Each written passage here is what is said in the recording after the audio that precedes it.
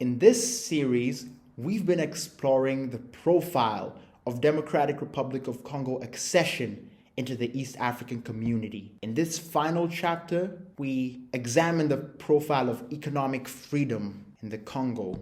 Now, Article 6 of the East African Community Treaty outlines the fundamental principles of the community. Put together, these principles coalesce with the values of liberal democracy and the free capitalist markets. Furthermore, the East African Community Treaty is explicit in its demand that each state adopt and abide by these values of liberal democracy and free markets. New entrants into the community are also required to uphold these very same values. Finally, the treaty prevents old and new members from altering its contents. It can be instructive to examine the progress made by current member states who abide by these principles. Without a measurement tool, an assessment of the progress made by present members of the East African community and consensus on this progress is difficult to reach. We use the Heritage Foundation's Economic Freedom Index to assess the progress made by each state. The Heritage Foundation defines economic freedom as the right of every human being to exercise control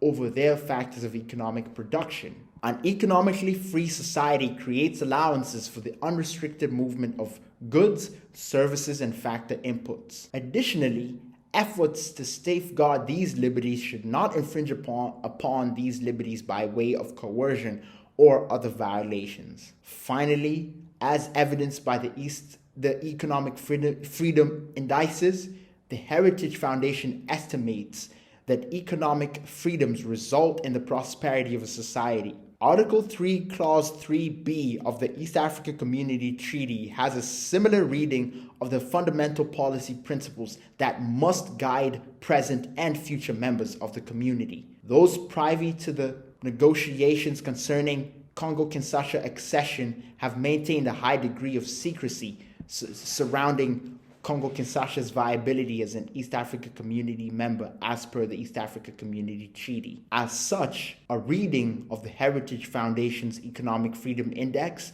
against the East Africa Community Treaty offers a useful verification instrument to guide independent assessment. Measuring economic freedoms. The Heritage Foundation computes economic freedom on 12 quantitative and qualitative indicators that are collated into 4 pillars of economic freedom, namely the rule of law, the size of government, regulatory efficiency, and open markets. In computing a final score, each of the 12 indicators of freedom are weighed equally. Within the East African Community region, Rwanda and the Democratic Republic of the Congo rank first and last, respectively. Out of 186 countries, the Democratic Republic of Congo ranks 165, while Rwanda ranks 47. Now, the rule of law is a framework that safeguards property rights and human rights and gives the state the obligations and constraints to enforce the framework. The rule of law creates an important foundation for predictability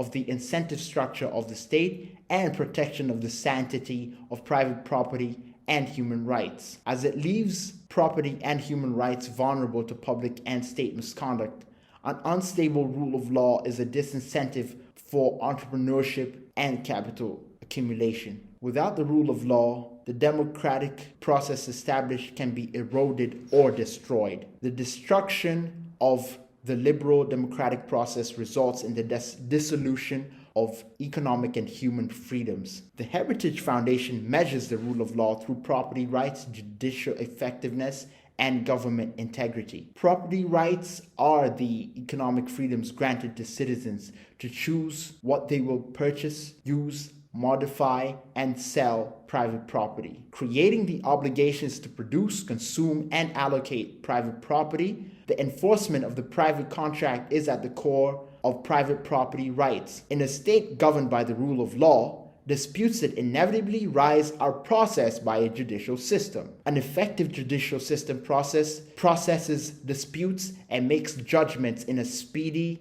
in a manner that is speedy and consistent with the Constitution. An effective judicial system supports economic growth by maintaining equity of property and persons under the law and generating and renewing the predictability of the incentive structure of the economy. Government integrity indicator assesses the forms of abuse of office that corrupt government services confer. The government integrity indicator assesses the forms of abuse of office that corrupt government services confer. The government integrity indicator assesses the forms of abuse of office that corrupt government services that confer special and significant advantages to some individuals or groups and results in the unfair and unequal treatment of members of the public. The Heritage Foundation notes a special relationship between excessive government involvement in the economy, the opportunities for graft, and the prevalence of graft. The absence of government integrity will distort economic incentives, create illicit and economically unproductive interactions, and ultimately encumber economic freedoms and economic welfare of the public. While Rwanda and Kenya offer the strongest protection of property rights in the region, the Democratic Republic of Congo offers the least. While Kenya and Rwanda have the most effective judicial systems within the East African community, the scoring 75% and 41% respectively, Congo-Kinshasha's score of 18.2% is the lowest in the region. While Rwandese and Tanzanian governments have the highest integrity in the region, Congo-Kinshasha's integrity is the lowest. Congo-Kinshasa is the least lawful country in the East African Community region. Examining the Congo and Congolese economic freedoms through the size of government. The Heritage Foundation uses the government size to measure the burden that government activities impose on the public. The government pays for the provision of goods and services through taxes and debts. Ultimately, whether funded through taxes or debts, the public pays for these government expenditures. A higher tax bill means lower returns from the factors of production and higher costs of goods and services. These constitute reversals in economic welfare and ultimately economic freedoms that, if severe enough, will result in the destruction of productivity and slow or negate economic growth. Although deficit spending can be directed towards economically productive interventions, including countercyclical expenditures, excesses in debt can have adverse effect on economic welfare. Although the Heritage Foundation gives a high score to a small government, the overall score for economic freedom is balanced by a measured recognition of the fact that a small government will not necessarily be effective in providing good public goods and services. Owing to its relatively small tax burden, the Congo-Kinshasha's government was given the best bill of fiscal health in the region, followed by Tanzania. Kenya's score of 12.6% can be attributed to its alarmingly high rates of indebtedness and ongoing debt stress. The Republic of Congo's 40% income tax rate was the highest in the region. At 30%, Rwanda, Kenya, and Tanzania had the lowest income tax rates in the region. Congo-Kinshasa corporate tax rate of 35% was the highest in the region, whose average corporate tax rates are 30%. Finally, at 6.6%, Congo-Kinshasa's tax burden as a share of GDP was the lowest. Kenya's 18.2% tax burden as a percentage of GDP was the highest. In the East African Community region, the Congo-Kinshasa's tax burden weighs heaviest on its citizens. The Democratic Republic of Congo's government expenditure as a percentage share of GDP was 11.5%. At 26%, Rwanda's government expenditure as a share of GDP was the highest in the region. Finally, while the Congo-Kinshasa's public debt as a percentage of GDP was 14%, the lowest in the region, Kenya tallied 60.8% on the same measure. The Democratic Republic of Congo's government is not the largest in the region. As interpreted by the Economic Freedom Index, the Congo-Kinshasa performs well. When government ineptitude is considered, however, one concludes that the Democratic Republic of Congo's government is small yet ineffectual. What can we say about the Democratic Republic of Congo and economic freedoms through regulatory efficiency? Well, The Heritage Foundation scores regulatory efficiency on the indicators of business freedom, labor freedom, and monetary freedom. Business freedom can be measured is based on 13 sub-factors that indicate the ease with which a business can be launched, run, and closed down within a specific country. The Heritage Foundation scores regulatory efficiency on the indicators of business freedom, labor freedom, and monetary freedom. Business freedom measurement is based on 13 sub-factors that indicate the ease with which a business can be launched, run, and closed down within a specific country. In summary, these measures estimate the costs in time and capital inflicted by bureaucratic requirements, infrastructural allowances, and dynamic barriers of entry. These factors affect the opening, running, and closing down of business interests. In the East African community, the Democratic Republic of Congo had the lowest business freedom score. Regulatory frameworks are concerned with the relationship between laborers and their employees. They place restrictions on the type of work that employees can do, the conditions under which they can work, the parameters within which they can be laid off, and the severance packages that should be given once they are laid off. To round out their estimation of labor freedom, the Heritage Foundation also measures labor participation rates. Congo-Kinshasha's score of 40.2% in labor freedom was the worst in the East African community region. This low score can be ascribed to an absence of labor protections and an unemployment rate of 4.2%. That is the highest in the East African community region. Although Kenya's score of 2.6% was the second highest in the region, this score was still half of what the Democratic Republic of Congo tallied. Congo-Kinshasa places few restrictions on labor allocation, evidenced by the occurrence of inhumane labor exploitation in the mining sector in particular. This country does not enforce a high standard of protective measures for its labor force.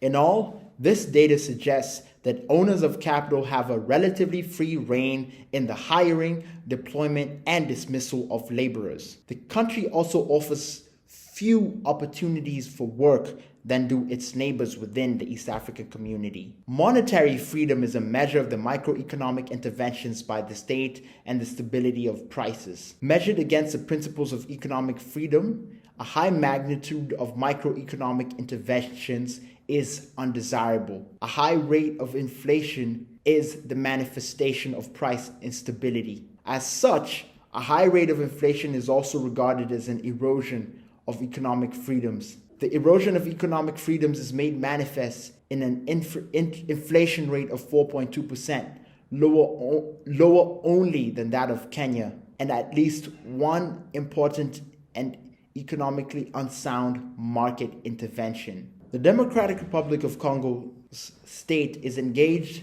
in the subsidization of an inefficient, loss-making state utility firm. City dwellers do not benefit from its unstable supply of electricity. For these reasons, the Heritage Foundation estimates that in the East African community region, the Congo-Kinshasa's economic freedoms within the sphere of regulatory efficiency are the lowest. What can we say about the Congo-Kinshasa's economic freedoms as found through the open markets? Market openness rating is based on trade freedom, investment freedom, and financial freedom. Trade freedom is a measure of the ease with which the factors of production and finished goods and services can move across borders. Investment freedom is a measure of the ease with which capital controlled by individuals and firms can flow. Finally, financial freedom is a measure of the efficiency of financial intermediation and the degree of independence from the state. Congo-Kinshasa's score of 63%